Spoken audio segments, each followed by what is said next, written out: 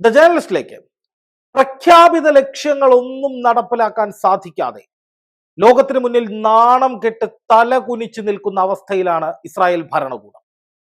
സ്വന്തം പൗരന്മാരെ അബദ്ധവശാൽ വെടിവെച്ചു കൊന്നു എന്ന ഗതികെട്ട അവസ്ഥയിൽ ഗുരുതരമായ ആരോപണങ്ങൾ നേരിട്ടുകൊണ്ടിരിക്കുകയാണ് ഇസ്രായേൽ സൈന്യം. പ്രധാനമന്ത്രി ബെഞ്ചമിൻ നെതന്യാഹു ആകട്ടെ സ്വന്തം പൗരന്മാരെ സൈനികരെ കൊണ്ട് കൊലയ്ക്കു കൊടുപ്പിച്ച ഭരണാധികാരി എന്ന നിലയിൽ ഇപ്പോൾ ഈ നിമിഷം ഇസ്രായേൽ വലിയ പ്രതിഷേധങ്ങൾക്ക് മുന്നിൽ പകച്ചു നിൽക്കുകയാണ്. ഇസ്രായേലിന്റെ പ്രഖ്യാപിത ലക്ഷ്യങ്ങളൊന്നും നടപ്പായിട്ടില്ലെന്ന് നമ്മൾ ഇത്രയും കാലം കൊണ്ട് കണ്ടു. സാജൻ ഷ്കാരിയയെ പോലെ ഇസ്രായേലിന് വേണ്ടി തള്ളിമറിച്ചിരുന്ന പടച്ചുവിട്ട കഥകൾ അതേപടി ഏറ്റെടുത്തിരുന്ന പലരും ഇപ്പോൾ സത്യം തിരിച്ചറിഞ്ഞ് ഇസ്രായേലിന് തിരിച്ചടിയെന്ന് പറഞ്ഞു തുടങ്ങി. നമ്മുടെയൊക്കെ വീഡിയോകൾ കണ്ട് ബോധോദയം വന്നിട്ടായിരിക്കും.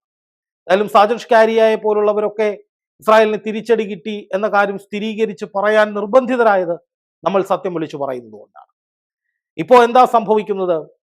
ഇസ്രായേലിന്റെ പ്രഖ്യാപിത ലക്ഷ്യങ്ങൾ നടപ്പാകുന്നില്ല, ഇസ്രായേലിന് എങ്ങും എത്താൻ കഴിയുന്നില്ല, ഇസ്രായേലിന് വെല്ലുവിളികൾ വർദ്ധിച്ചുകൊണ്ടിരിക്കുന്നു, നെതന്യാഹുവിന്റെ പദ്ധതികൾ പാളുന്നു, അമേരിക്ക പോലും ഇസ്രായേലിനോട് യുദ്ധത്തിൽ നിന്ന് പിന്മാറണമെന്ന മട്ടിൽ സംസാരിക്കുന്നു, ലോകത്തിന്റെ പിന്തുണ തന്നെ ഇസ്രായേലിന് നഷ്ടപ്പെടുന്നു. 153ഓളം രാജ്യങ്ങൾ വെടിനിർത്തൽ വേണമെന്ന ആവശ്യത്തിൽ ഇസ്രായേലിനെതിരെ ഉറച്ചു നിൽക്കുന്നു. അപ്പൊ ഇങ്ങനെ ഒരു സാഹചര്യം നിലനിൽക്കുമ്പോൾ അതാ ഇസ്രായേലിനെതിരായിട്ടുള്ള നീക്കങ്ങൾക്കൊന്നും ഒരയവും ഉണ്ടാകുന്നില്ല. ഹൂത്തികൾ ഇസ്രായേലിനെ ഞെട്ടിച്ചുകൊണ്ട് നെതന്യാഹുവിന് കനത്ത തിരിച്ചടി കൊടുത്തുകൊണ്ട് വീണ്ടും അതിശക്തമായി തന്നെ പ്രവർത്തിച്ചിരിക്കുകയാണ്.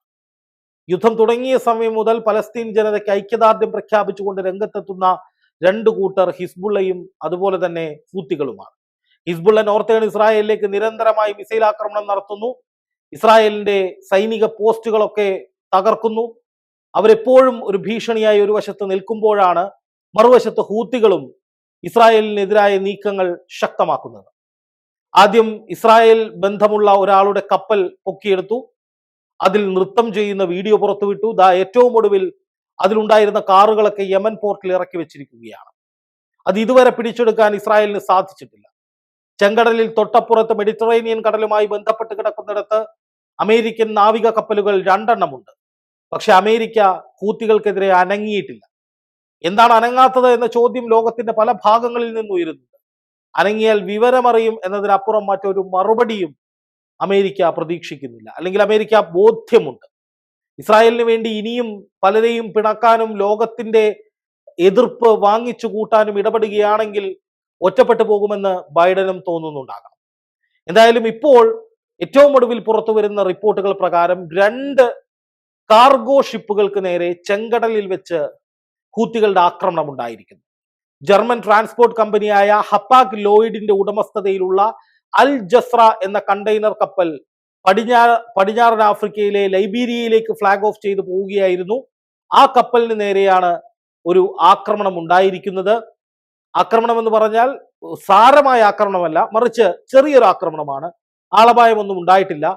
പക്ഷേ ആ ആക്രമണം എന്ന് പറയുന്നത് ഒരു സൂചനയാണ്. അതുപോലെ തന്നെ രണ്ടാമത് മറ്റൊരു കപ്പലും ആക്രമണത്തിന് വിധേയരാക്കിയിട്ടുണ്ട് എന്ന് US പ്രതിരോധ വകുപ്പ് ഉദ്യോഗസ്ഥർ പറയുന്നുണ്ട്. ഇത് വലിയ പ്രശ്നമാണ്. അന്താരാഷ്ട്ര കപ്പൽചാലുകളിൽ ഏറ്റവും പ്രധാനപ്പെട്ട ഒരു കപ്പൽചാലാണ് ഈ ബാബുൽ മാൻദീബ് എന്ന് പറയുന്നത്. ഈ കപ്പൽചാൽ എന്ന് പറയുന്നത് ചെങ്കടലിനെയും അറബിക്കടലിനെയും തമ്മിൽ ബന്ധിപ്പിക്കുന്ന ഒരു കപ്പൽചാലാണ്, കണക്റ്റിംഗ് റൂട്ടാണ്. ലോകത്തിലെ മുഴുവൻ ഓയിൽ ട്രേഡുകളുടെ ഏതാണ്ട് 9% നടക്കുന്ന ഏറ്റവും പ്രധാനപ്പെട്ട ഒരു ഭാഗമാണിത്. അതായത് ഏഷ്യയിൽ നിന്ന് യൂറോപ്പിലേക്കുള്ള ഏറ്റവും പ്രധാനപ്പെട്ട ഓയിൽ ട്രേഡിംഗ് ഉൾപ്പെടെയുള്ള എല്ലാ ഇടപാടുകളും ഗംഭീരമായി നടക്കുന്ന ഒരു കപ്പൽ പാതയിൽ ഏറ്റവും പ്രധാനപ്പെട്ട ഒരു 16 കിലോമീറ്ററോളം വരുന്ന ബാബുൽ മാൻദീബ് എന്ന് പറയുന്ന ഒരു സ്ട്രെയിറ്റ് കടൽച്ചാൽ, ഇവിടെയാണ് ഹൂത്തികൾ ഉള്ളത്. ഇതിന്റെ തീരത്താണ് ഹൂത്തികൾ ഉള്ളത്. ഉത്തര യമനിൽ ഈ കടൽ തീരത്തോട് ചേർന്നുള്ള ഹൂത്തികൾക്ക് ഈ കപ്പലുകളെ ആക്രമിക്കുക എന്ന് പറഞ്ഞാൽ വളരെ എളുപ്പമുള്ള കാര്യമാണ്. ഇത് മാത്രമല്ല, പണ്ട് സൗദി അരാംകോയിലെ എണ്ണ ഉൽപാദക കേന്ദ്രം അത് ആക്രമിച്ചവരാണ് ഹൂത്തികൾ. അവരെ സംബന്ധിച്ച് അതൊന്നും ഒരു വിഷയമല്ല. സൗദി ആയാലും അമേരിക്ക ആയാലും അടിക്കുമെന്ന് പറഞ്ഞാൽ കയറി അടിക്കുന്ന ആളുകളാണ് ഈ ഹൂത്തികൾ. അതുകൊണ്ട് തന്നെ അവർ പറയുന്ന ഒറ്റ കാര്യം, ഈ വെടിനിർത്തൽ ഉണ്ടായില്ലെങ്കിൽ ഇസ്രായേലുമായി ഏതെങ്കിലും തരത്തിൽ ബന്ധമുള്ള ഒരു കപ്പലും ഈ വഴിക്ക് പോകില്ല. എന്ന് മാത്രമല്ല, ഇസ്രായേലിനെ സഹായിക്കുന്ന രാജ്യങ്ങളുടെ കപ്പലുകളും ഭീതിയിലാണ്. ഇപ്പോൾ ഒരു നോർവീജിയൻ കപ്പൽ, അതുപോലെ തന്നെ അതിനു മുമ്പ് ഒരു ഡാനിഷ് കപ്പലൊക്കെ ഈ ഹൂത്തികളുടെ ആക്രമണം ഏറ്റുവാങ്ങിയതായി നേരത്തെ റിപ്പോർട്ടുകൾ ഉണ്ടായിരുന്നു. അപ്പൊ ഈ റൂട്ടിലൂടെ പോകുന്ന കപ്പലുകളൊക്കെ പ്രതിസന്ധിയിലാണ്, അല്ലെങ്കിൽ ഒരു ഭീതിയിലാണ്. ഏത് നിമിഷവും എന്തും സംഭവിക്കാമെന്നുള്ള അവസ്ഥയിലാണ് ഈ കപ്പലുകൾ ഉള്ളത്. ഇത് അന്താരാഷ്ട്ര വിപണിയെ തന്നെ ബാധിക്കുന്ന, ഓയിൽ കണക്ഷനെ പോലും ബാധിക്കുന്ന, അതായത് എണ്ണ കൈമാറ്റത്തെ പോലും ബാധിക്കുന്ന തരത്തിലുള്ള വലിയൊരു വിഷയമാക്കി മാറ്റാൻ ഹൂത്തികൾക്ക് അധിക സമയമൊന്നും വേണ്ട. അവർ പറയുന്നത് ഇസ്രായേലിനോട് ലോകം സമ്മർദ്ദം ചെലുത്തണം, വെടിനിർത്തൽ അവസാനിപ്പിക്കാൻ പറയണം. അതുപോലെ തന്നെ ഗസയിലെ പാവപ്പെട്ടവർക്ക്, സാധാരണക്കാരായ സിവിലിയൻസിന് അവശ്യ മരുന്നുകളും ഭക്ഷണവും വെള്ളവും ഒക്കെ എത്തിക്കണം. അത് എത്തിക്കാത്ത പക്ഷം ആക്രമണം ശക്തമാക്കുമെന്ന് തന്നെയാണ് ഇവർ പറയുന്നത്. അത് പറയുകയല്ല, പ്രവർത്തിക്കുകയാണ്. ഇവർ പ്രവർത്തിച്ചുകൊണ്ടാണ് ചെയ്യുന്നത്.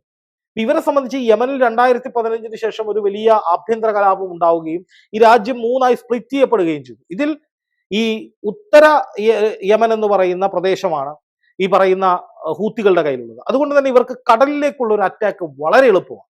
അതാണ് അവരുടെ ഏറ്റവും പ്രധാനപ്പെട്ട ഒരു ഗുണം. അതായത് അവർക്ക് ബോട്ടുകളുമായി കപ്പൽ ചേസ് ചെയ്യേണ്ട കാര്യമോ അല്ലെങ്കിൽ കപ്പലുകളുടെ പുറകെ പിന്തുടരേണ്ട കാര്യമൊന്നുമില്ല. അവർക്ക് കരയിൽ ഇരുന്നു കൊണ്ട് ഒരു മിസൈൽ അയച്ചാൽ ആ കപ്പൽ തീരും. അതാണ് അവസ്ഥ. ഈ റൂട്ട് ഒഴിവാക്കി മറ്റൊരു റൂട്ടിലൂടെ പോകാനായിട്ട് ഏഷ്യ യൂറോപ്പ് ബന്ധത്തിലെ വാണിജ്യ കപ്പലുകൾക്ക് സാധിക്കില്ല. അതുകൊണ്ട് തന്നെ വളരെ പ്രധാനപ്പെട്ട ഒരു നീക്കമാണ് ഹൂത്തികൾ നടത്തിക്കൊണ്ടിരിക്കുന്നത്. അപ്പൊ ഇത് കണ്ടിട്ട് തന്നെയാണ് അമേരിക്കയും പറയുന്നത്, ഇത് ഏതെങ്കിലും തരത്തിൽ ഹൂത്തികളെ തിരിച്ചടിക്കുകയാണെങ്കിൽ അവർ സൗദിയിൽ കയറി അറ്റാക്ക് ചെയ്യുകയോ മറ്റേതെങ്കിലും തരത്തിൽ വലിയ പ്രശ്നത്തിലേക്ക് പോവുകയോ ചെയ്യും. അങ്ങനെ പോയിട്ടുണ്ടെങ്കിൽ അത് വേറൊരു വലിയ യുദ്ധമായി തന്നെ മാറും. അമേരിക്കക്ക് അതിൽ ഇടപെട്ടാൽ പിന്നെ തിരിച്ചടികൾ പല വിധത്തിൽ വരും. അന്താരാഷ്ട്ര കപ്പൽചാലുകളിലൂടെയുള്ള കപ്പലുകളുടെ സ്വതന്ത്ര യാത്രയെപ്പോലും അത് ബാധിക്കും. അങ്ങനെ അന്താരാഷ്ട്ര സമൂഹത്തിന് ഭീഷണിയാകുന്ന വിധത്തിലാണ് ഹൂത്തികൾ ഇടപെടുന്നതെന്നൊക്കെയാണ് അമേരിക്ക പറയുന്നത്. പക്ഷെ അങ്ങനെ പറയുമ്പോഴും ഈ പലസ്തീൻ വിഷയം എന്താണ് എന്നുള്ള ചോദ്യമോടെ നിൽക്കുക. അതായത് പലസ്തീനിൽ സാധാരണക്കാരായ പാവപ്പെട്ട ജനങ്ങളെ, 19,000-ലധികം ആളുകളെ ഇസ്രായേൽ സൈന്യം കൊന്നു തള്ളിയിരിക്കുകയാണ്. അതിൽ 8,000-ലധികം കുട്ടികളാണ്. ഒരു ചെറിയ കാലയളവിൽ ഇത്രയധികം കുട്ടികൾ ഒറ്റയടിക്ക് മരിക്കുന്ന ഒരു യുദ്ധമേ ഉണ്ടായിട്ടില്ല. അപ്പൊ ഇത്രയും വലിയ ക്രൂരത ഇസ്രായേൽ ചെയ്യുമ്പോൾ അവർക്ക് ആയുധങ്ങൾ സപ്ലൈ ചെയ്യുന്നതും സാങ്കേതികമായ പിന്തുണ കൊടുക്കുകയും ചെയ്യുന്ന അമേരിക്കയാണ്. ഒരു വശത്ത് അമേരിക്ക തന്നെ പറയുന്നുണ്ട്, ഞങ്ങൾക്ക് യുദ്ധം നിർത്തണം, നിങ്ങൾ യുദ്ധവുമായി പോകരുത്, മാനുഷിക ഹ്യൂമാനിറ്റേറിയൻ കൺസിഡറേഷൻ ഞങ്ങൾക്കുണ്ട് എന്ന് അമേരിക്ക പറയുമ്പോൾ തന്നെ മറുവശത്ത് യുദ്ധത്തിനുള്ള എല്ലാ സാധനങ്ങളും കൊടുക്കുന്ന അമേരിക്ക. അപ്പൊ അമേരിക്കയുടെ ഈ ഇരട്ടത്താപ്പ് നേരത്തെ തന്നെ ചർച്ചയായതാണ്. ഇതിനിടയിലാണ് ഹൂത്തികളുടെ ആക്രമണം ശക്തമാകുമ്പോൾ അതിനെതിരെ ഇതൊരു അന്താരാഷ്ട്ര ത്രെട്ടാണെന്നൊക്കെ പറഞ്ഞിട്ട് അമേരിക്ക രംഗത്ത് വരുന്നത്. അതിലൊരു വൈരുദ്ധ്യം വളരെ വലുതാണ്. എന്തായാലും ഹൂത്തികൾ ശക്തമായ നിലപാടിലേക്ക് പോകുമ്പോൾ വ്യക്തമാകുന്നത് ഇസ്രായേലിനെതിരായ നീക്കങ്ങൾ കരുത്താകുന്നു, അല്ലെങ്കിൽ കരുത്തുറ്റതാകുന്നു. അതിന് കൂടുതൽ ശക്തി കൈവരുന്നു എന്നുള്ളതാണ്. മറിച്ച് ഇസ്രായേലിന്റെ അവസ്ഥ എന്താണ്? ഒന്നും നടക്കുന്നില്ല. സ്വന്തം ജനങ്ങളെ, പൗരന്മാരെ അബദ്ധത്തിലാണെങ്കിലും വെടിവെച്ചു കൊന്നു എന്ന് സമ്മതിക്കേണ്ടി വരുന്ന സൈന്യം. ആ സൈന്യത്തിനെതിരെ, ആ സർക്കാരിനെതിരെ ഉണ്ടാകുന്ന വലിയ പ്രതിഷേധം അത് ഇസ്രായേലിൽ വലിയ വിഷയമായി തന്നെ മാറിയിരിക്കുകയാണ്. ഈ അവസ്ഥയിൽ കാര്യങ്ങൾ മുന്നോട്ട് പോയാൽ നെതന്യാഹുവിന് അടുത്ത പ്രധാനമന്ത്രി പദം എന്ന സ്വപ്നത്തിലേക്ക് ഒരിക്കലും എത്താൻ കഴിയില്ല എന്നുള്ളത് ഏകദേശം ഉറപ്പായിട്ടുണ്ട്. കാരണം ബന്ദികൾ മരിക്കുന്നു, ബന്ദികളെ വിട്ടുകിട്ടാൻ പറ്റുന്നില്ല, ബന്ദികളെ കൊണ്ടുവരാനെന്ന് പറഞ്ഞ് തുടങ്ങിയ യുദ്ധം 70 ദിവസം പിന്നിട്ടിട്ടും ഒരൊറ്റ ബന്ദിയെ പോലും ഈ വെടിനിർത്തലിന്റെ ഭാഗമായി അല്ലാതെ കൊണ്ടുവരാൻ കഴിയുന്നില്ല. ഹമാസിനെ ഇപ്പൊ തീർക്കുമെന്ന് പറയുന്നതല്ലാതെ ഒന്നും നടക്കുന്നില്ല. ഓരോ ദിവസവും ഹമാസിനെതിരെ ഇസ്രായേൽ എന്തെങ്കിലും പറയും, ഉടൻ തന്നെ ഹമാസിന്റെ ഓഡിയോ ക്ലിപ്പോ വീഡിയോ ക്ലിപ്പോ പുറത്തു വരും. അതിനെ കൗണ്ടർ ചെയ്തുകൊണ്ട്, അല്ലെങ്കിൽ ഹമാസ് അറ്റാക്ക് ഉണ്ടായതിനെ തുടർന്ന് ഇസ്രായേലിന്റെ ആളുകൾ മരിച്ചതായുള്ള വിവരങ്ങൾ വരും. അപ്പോൾ ഒരു തരത്തിലും ഇസ്രായേലിന് രക്ഷയില്ലാത്ത അവസ്ഥയിലേക്ക് എത്തുകയാണ്. ഹൂത്തികളുടെ ആക്രമണം ഇസ്രായേലിന് ഇരട്ടി പ്രഹരമായി മാറിയിരിക്കുകയാണ്. അതാണ് യാഥാർത്ഥ്യം.